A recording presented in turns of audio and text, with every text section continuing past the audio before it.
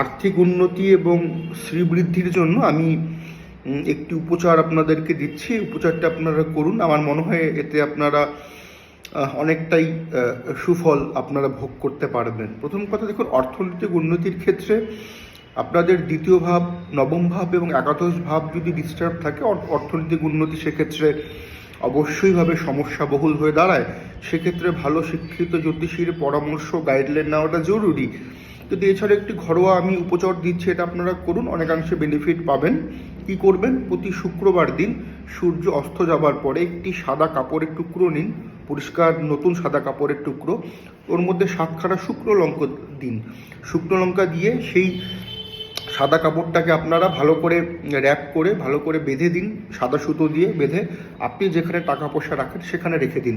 প্রতি শুক্রবার করে এটা করুন এবং ঠিক শনিবার দিন ওটাকে জলে বিসর্জন দিয়ে দিন, ভালো ফল।